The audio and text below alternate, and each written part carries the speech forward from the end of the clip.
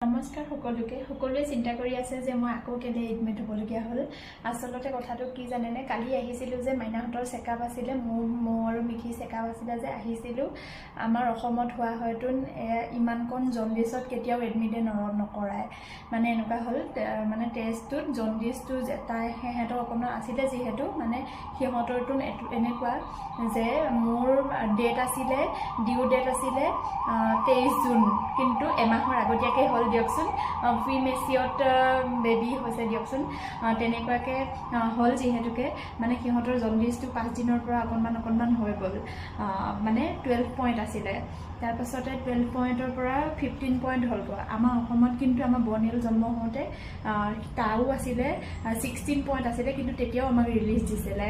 এতিয়া ইয়াত কিন্তু 12 পইণ্টৰ পৰা মানে অকণমানো যদি বেছি হয় এডমিট কৰাই দিয়ে। আৰু গতিকে তেওঁলোকে মানে ক'লে ৰিপৰ্টটোত এনেকৈ 15-16 পইণ্ট আহিছে দুইজনীয়ে মিলি। ৰিপৰ্টটোত মানে কৈছে যে ডক্টৰে ক'লে যদি বিচাৰে এদিন ফটোথেৰাপিত ৰখাব পাৰি, যদি বিচাৰে আপোনালোকে। তাৰপিছত বৰ্ণিলৰ দেউতাকে ক'লে ময়ো ছুটীতে আছোঁ যিহেতু, আৰু বৰ্ণিলৰ স্কুল বন্ধ, তুমি যদি থাকা এৰাতি থাকি যোৱা। সেইকাৰণে মই এৰাতি থাকিলোঁ, আৰু সিহঁতক এতিয়া ফটোথেৰাপিত থৈছোঁ। মই দেখাম কেনেকৈ থৈছে, কি কৰিছে। মই নিজে থৈছোঁ বাৰু, দেখিলে ভয় লগা, কিন্তু ভয় কৰিবলগীয়া কথা নহয়। আৰু সকলোৱে চিন্তা কৰি আছে, গতিকে মই সেইকাৰণে ভিডিঅ' এটা অকণমানিকৈ বনাই দিছোঁ। হস্পিটেলত আছোঁ, ভিডিঅ' বনাব কৰিব পৰা নাই।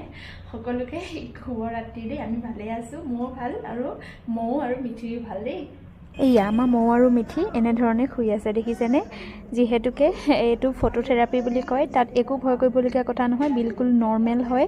আমাৰ অসমত হোৱা হয়তো ৰিলিজে দি দিলে হয়, ইয়াত কাৰণেহে কোনো মানে ৰিস্ক নলয় এওঁলোকে।